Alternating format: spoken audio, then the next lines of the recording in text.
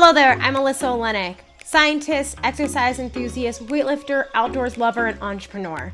I believe that the extremes in the fitness and wellness industries are leaving way too many of us out of the conversation, not telling us the knowledge that we actually need to succeed in our health, our wellness, our nutrition, and quite frankly, our lives. They end up giving us black and white polarizing messages that leave us more confused than giving us the answers that we need. Through my 10 years of studying exercise science, metabolism, and female physiology, as well as exploring the outdoors and being a fitness athlete myself, I'm here to bring to you the conversations that need to be had in an industry that often is too far focused on extremes. So if you join me on this podcast, I truly believe that life is best lived in the messy middle. Hello there, everybody, and welcome back to another episode of the Messy Middle Podcast X, my YouTube channel. So for those of you who have been listening along to the Messy Middle Podcast, you might have recently realized that I started a YouTube channel as well. And so a way to kind of kill two birds with one stone and kind of give you all the best resource and place for you to learn more about things is cross-posting my podcast episodes to YouTube and or combining them into one place. So those of you who like to listen on the go can learn, and those of you who like to watch and listen from your computer, your phone, on the treadmill, whatever you're doing can do so. So if you are listening to this from the Messy Middle Podcast, on your phone, but you have a YouTube app or you use YouTube, do me a favor and go ahead and go to our YouTube link. We'll link it in the show notes here, and subscribe and like these videos, because that will help support me and help supporting continuing me making content for you all on this lovely platform. So what I want to talk to you about today, though, now that that is all to the side, is zones. So running in zones, cardio zones, intensity zones. I get a lot of questions about zones all the time, and that's because I really subscribe and love to utilize the zone model, specifically in my running programs, but across all sorts of conditioning, training, any sort of cardio activities. I think zones are a fantastic way for us to help control and regulate our exertion and or how intense of the exercise that we're doing. So it seems to be that the common trend right now is that, one, everyone's doing everything high intense all the time. Two, everyone's demonizing everyone doing everything high intense all the time. But what's really happening is that so many of you listening to this are probably not actually doing things easy enough, but you're also probably not doing things intense enough. A lot of you are probably falling into this moderate intensity zone, which isn't inherently bad. We're going to get into that in a second. So I use running zones with running, but I want to make it very clear that running zones running doesn't have a monopoly over zones. Zones can be applied to rowing, skiing, the biker, the treadmill, the elliptical, the stair stepper, all of these things. So zones are essentially just classifications for heart rate or intensity based on basically using heart rate, RPE, talk test, exertion, different descriptives like this. And what they do is they help control how hard that you're working, because every workout has an intention and its intensity is part of that intention. And so some workouts, more than you probably realize, are meant to be easy. They're meant to be easier efforts. And some workouts are meant to be harder efforts, and that's okay. But we want to specify this because then we can program and periodize our training so that it makes sense. We're not going all out all the time, but we're also not only going easy and neglecting those higher, harder intensities. So zones can be broken down essentially into 5 zones. So there's zone 1, 2, 3, 4, and 5. And so what you all will most likely associate with zone 1 is going to be walking. So a lot of people promote walking, general daily activity, and that largely falls into zone 1. So for those of you who maybe are like, okay, well, I get my heart rate up from walking, maybe you're walking more intensely or you're new to running, that's totally okay if walking falls into zone 2+. But for the most part, like our daily general activity is gonna fall into zone 1. So this isn't really like a specific intentional exercise type zone. It's kind of that general daily activity, and we can kind of accumulate as much zone 1 as we really want or can. It's not really harmful. It's not going to yield the same benefits as those at higher, harder zones or going up the zone model, but it's fantastic. And the nice thing is that the easier the zone is, the more volume you kind of can do with it without it being super fatiguing. So you know that if you do an all-out 20-minute CrossFit Metcon, you're a lot more toasted than if you walked around the grocery store, right? And so you could probably walk around all day, and yes, you will still get fatigued and tired, but it doesn't feel as taxing physiologically on you as you're engaging in that. So zone 1 is essentially 50 to 60% of your heart rate max. And if in my ebook, such as Endure, we use the RPE model and talk test and more descriptives as well with all of these. So it's kind of pretty easy. So your heart rate max is 220 minus your age. give or take 10 beats per minute. Finding your true heart rate max is probably more ideal in these situations. For those of you who don't know that, you're just going off your smartwatch, try to figure out what your heart rate will go up to with, maximal intensity and go from there. But it's about 50 to 60% of your heart rate max. It's pretty easy going everyday movement. So 220 minus my age, I'm 29, is 191. Technically, I think my max heart rate is actually higher than that, but let's round it to 190 to make it easier. And so 50% of 190, let me make sure I have this correct before I do it. I'm not really good at math. Let's round it to 200. It would be 100 beats per minute. It's too embarrassing. There's too much pressure on camera to round and divide by 2. What do you think? I have a PhD? With that being said, let's say 200, nice and easy. You youngins, you Gen Zs listening to this, you're like, max heart rate is 200. Good for you. You don't have to do math. But about 50% of that is about 100 to 100, probably maybe 110 beats per minute. So really easy, low intensity, but like you are moving, you're not just totally sitting. And so some of you who have really low resting heart rates like me, I think my heart rate oscillates between like 48 and 52 upon waking or in my sleep. And so you might, need to work a little bit harder to get your heart rate up if you're pretty conditioned. Or those of you who are maybe not as conditioned, you might find your heart rate spiking. And so all of these things can be improved with training and conditioning. But the point is, zone 1 is just like walking around. You don't need to turn on your heart rate monitor when you're walking around the grocery store to make sure you stay in your zone. So next is the beloved zone 2. And we probably hear a ton about zone 2 all the time. And that's because zone 2 is like the best kept secret of the freaking cardiovascular training fitness industry. And it's one that most general consumers that aren't coaches and or running coaches or runners or haven't utilized this in the past don't really hear or think of. Because when we think of doing cardio or running, the biggest mistake that we do is that everyone wants to go all out all the time. And there's a time and a place for that. There's absolutely an appropriate time to do all out harder intensities or threshold intensities. But zone 2 is that bread and butter of when you're increasing that heart rate to 60 to 70%. So a little bit more of what your max heart rate is, but you are able to still accumulate a ton of volume. And what you get from zone 2 specifically is this robust cardiovascular response where you can do the thing that we love to talk about all the time, is creating a cardiovascular base or a cardio base. So this reserve of cardiovascular capacity that you're able to pull from when you're doing higher, harder intensities, recovering between intervals, deep in a race, all of these things. So think about it like when you're doing like your hypertrophy, maybe your GPP block, and your strength training block, you're doing like 4x12 and things. You're creating just this capacity, this reserve, high volume, but you can kind of do a little bit more within those rep ranges to accumulate that. Kind of same here in zone 2. So you aren't doing the most fatiguing work. It sometimes can feel almost like it's too easy, and that is the point. So zone 2 is intentional. I want to be very clear about that. Zone 2 is very intentional training. It's not just walking around the grocery store. It is slightly increased intentional cardiovascular training.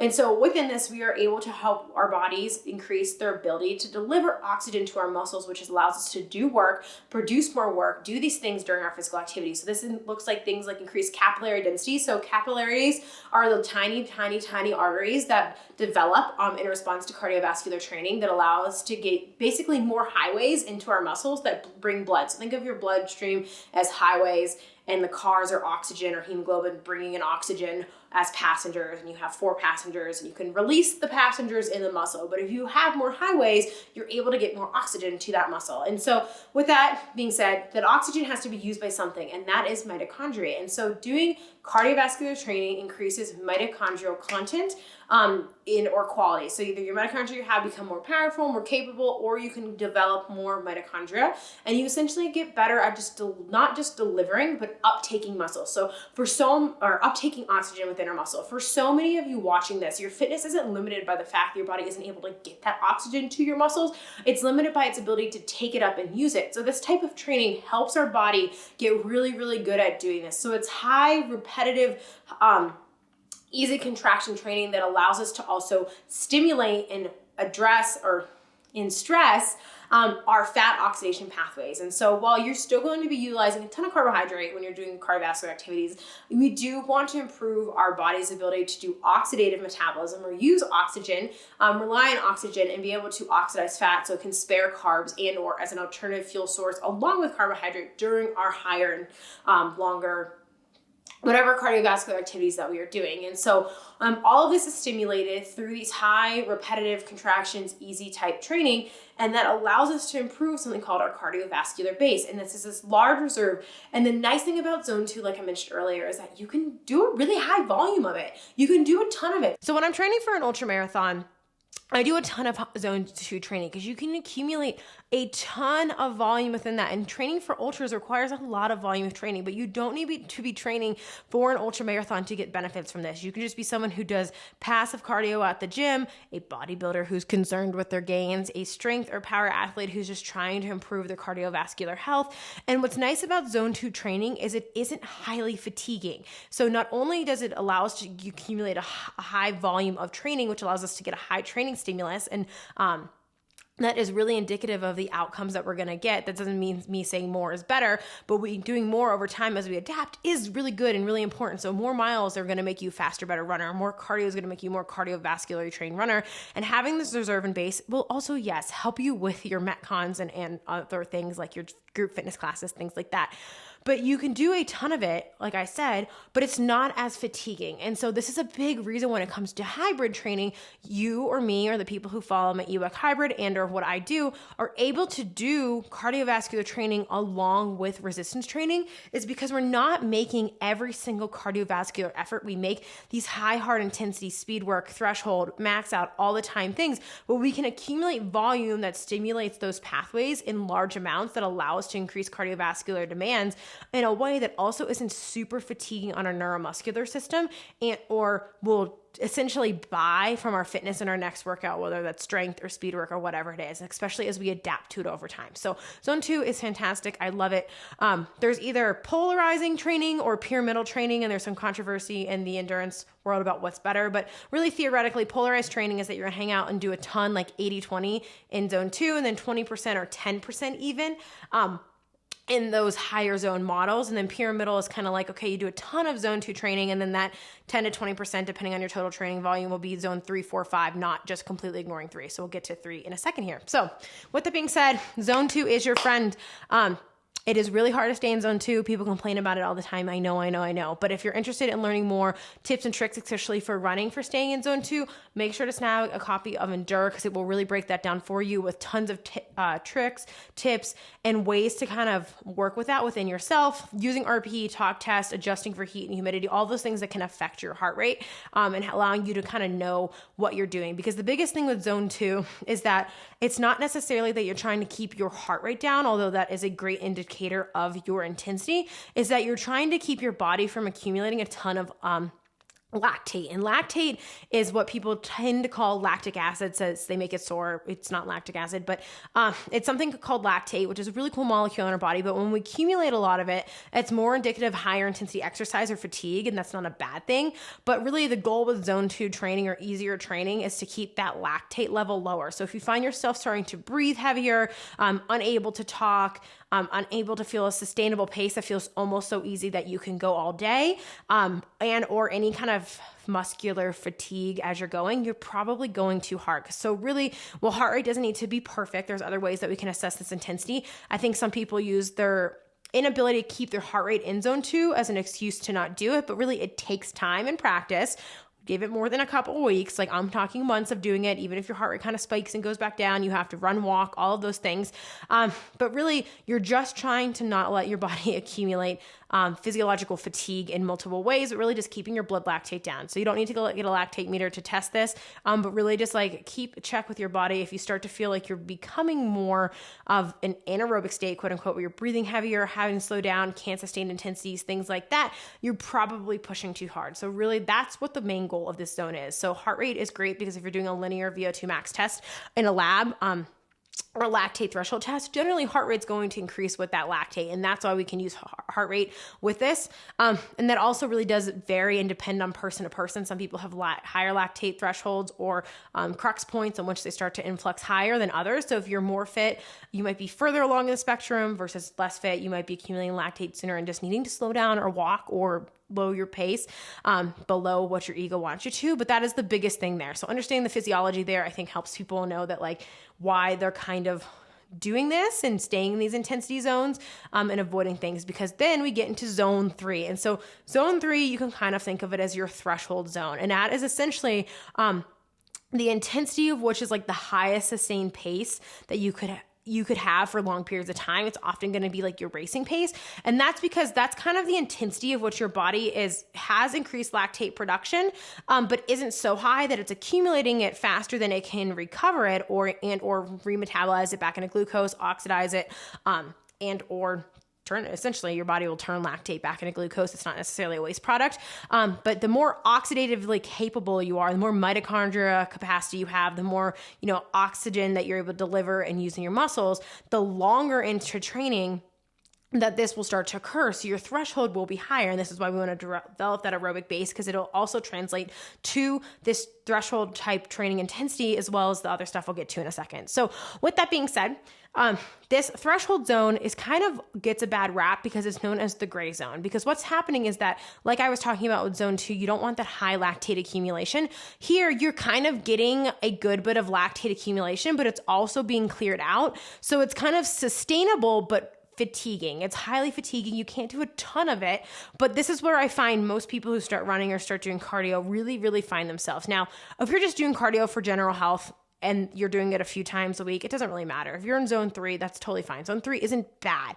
The issue is when you have specific training goals, or you're trying to get specific outcomes, or you're trying to negate the fatigue effect of cardio on other types of training. Zone 3 kind of isn't the place you want to spend most of your time. Maybe a threshold run, a tempo run, things like that. So in my running programs and or Endure, we use something called the threshold run to kind of figure out this intensity, to kind of figure out what your other zones are. And that is your max sustained, max intensity, max pace, max power output that you can sustain while your lactate is able to basically accumulate and clear out, because then otherwise, if it starts to increase too much, eventually you're going to have to stop or wait, recover, rest, whatever it is. So it's kind of that max sustained intensity. And so this is great for things like tempo runs.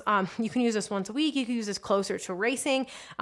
Probably some of your like CrossFit Metcons are going to kind of fall in here if they're not so intense or so long that they become aerobic, where you're kind of hanging out in the middle here. So again, it's not bad. We just don't want it to be the bulk of our training. So if the low zone stuff is 20 or is 80 to 90% of our training, we want the most of it to be 4 to 5, and then some of that to be this 3, but it's totally okay to use zone 3 training. It's just generally, I don't utilize it as much outside of specific programs or specific workouts for these reasons. So zone 3, gray zone, we kind of want to avoid it. And the biggest culprit is what I mean is we want to avoid zone 3 when we're trying to do zone 2. And that's the biggest issue, is most people end up running in zone 3 when they're actually supposed to be in zone 2. And so if you feel like you're struggling with this balance, 1, patience and time, 2, figure out what your true max heart rate is, right? So like my true max heart rate shoots up to like 200 during workouts, but if I calculate it from 191, I might jip myself. So based off my Sanuto or my running watch heart rate calculations, I end up running in zone 3 a lot based off my watch, but based off my own personal physiology, I'm actually in zone 2 because I have that wiggle room of a little bit extra beats per minute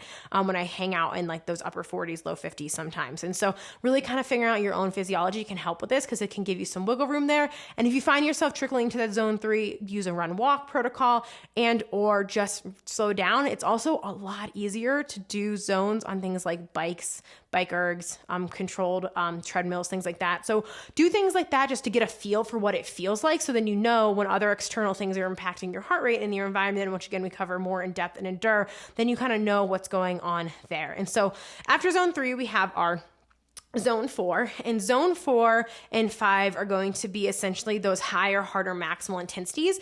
And essentially they will be related to basically the duration of the activity. So they are going to about 80 to 90% of our heart rate max in zone 4 to 90 to 100% of our heart rate max in zone 5. And so generally the shorter the duration and the higher the speed, the closer it's going to get to zone 5. So think like you're sprinting, your all out efforts.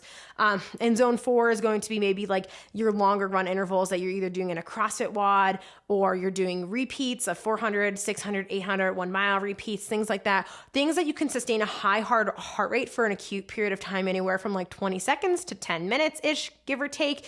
But then you're having to back down so you can either recover between these intervals and or You have some other alternative movement, maybe in a CrossFit Metcon where you're doing different things. Your heart rate kind of goes back down before it spikes back again, right? So we're not hanging out in these in a very long period of time. Your shorter distance races and intensities may trickle up into this a little bit. Like you're not super, super long efforts, but what we utilize this for a ton is going to be the higher intensity specific training. So when we're not in this zone 2, we want to do a lot of interval work, and or higher intensity training in these zone 4 to 5.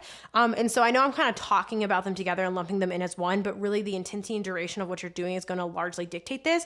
But the goal here is like, it's going to be highly fatiguing. You're going to feel muscle burn. You're going to feel more fatigue, but it's going to be shorter in duration, right? So these workouts are going to be your high intensity interval training, your sprint interval training, your run repeat training, and or your higher interval based training, where you're hanging out in these high, hard intensity zones for just short periods of time and then recovering or backing off. And so these zones, these harder zones, also do have benefit on things like our VO2 max, our mitochondrial density, and or oxygen delivery. And what you essentially have is that you have really repeated low intensity, repeated contraction type zone training in zone 2 with this high, like type 2 muscle fiber, harder output, higher power output type training. And both of these stimulate the pathways that improve our aerobic capacity or anaerobic capacity within the muscles from 2 different ways, but they increase all of the things that we want, like your increased capacity for metabolism, both fat metabolism and, utilizing and preserving glucose,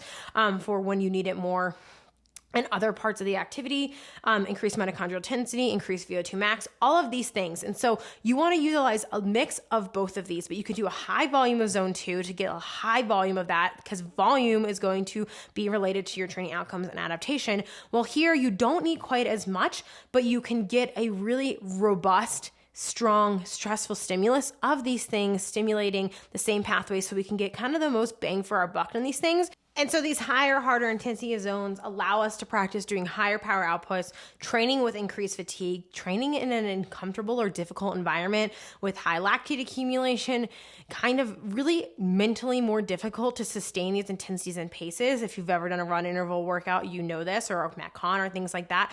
So it allows us to practice those things both from a mental standpoint, but from a physiological level, and training our bodies to do that as well. So yes, high volumes of running, high mileage, high zone 2 training itself can make you a better runner. High mileage is going to make you faster to some degree, or higher mileage, or doing more miles or more time on your feet and running. But this is going to be what's going to essentially make you faster, more refined, and or practice those things as you move up to your race. So if you do the list method training programs, you see that I use a mix of run intervals, and or threshold runs, intensities, kind of adjusting those things for you as you get closer to your race state, so that if you're doing an intermediate program, you're kind of prepared for that. But also we have beginner options where you can do the easier stuff and just stick to that if you prefer and you don't really care. And so these intensity zones are really hard. And so a common misconception I think many people have is that when they're doing quote unquote HIIT or high intensity interval training that we see on Instagram, like the Fitspo HIIT that isn't really HIIT, is that so many people are really kind of just working in that moderate intensity zone because they're not doing something with enough of a cardiovascular stimulus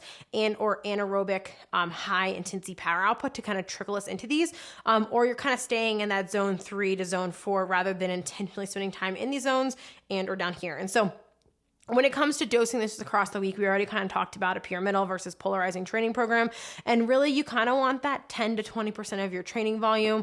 And I don't want all of you guys to think that like, well, I could do 20%, so more is better. So think about the total time you're spending training each week and how much time you're spending in each intensity. It's easier to probably do minutes of what your intensity is, or miles maybe if you want to do that, calculate that out. But really, can be a lot more simple as if you're not doing a ton of running, like super high volume running, one of these workouts a week is probably fine. One speed workout a week is probably enough, and or along with some other stuff within your training program. If you want to throw in some Metcons or cross training, you're totally fine to do these things. But 1 or 2 of these is probably sufficient, with the rest being easy. And I know that can be really scary and hard for people coming from like really high training backgrounds. And it's not bad to do high intensity all the time if you're keeping the duration short, and that's all you're doing. So if you're really just doing those single CrossFit Metcons, and you have the capacity for it, but really, even the CrossFit model is 3 days on, 1 day off. So you're not doing these things. And so We don't want to over abuse these even though they feel good. We want to start adding in more of that easy stuff, and you can increase volume there super easily. So 1 to 2 of these a week, 1 to 2 HIIT workouts, sprint interval training workouts, higher, harder intensity specific workouts. For my friends that are runners, doing general conditioning, just doing cardio for health. And then my friends that do CrossFit, I know you're sitting there thinking, but I do Metcons all the time.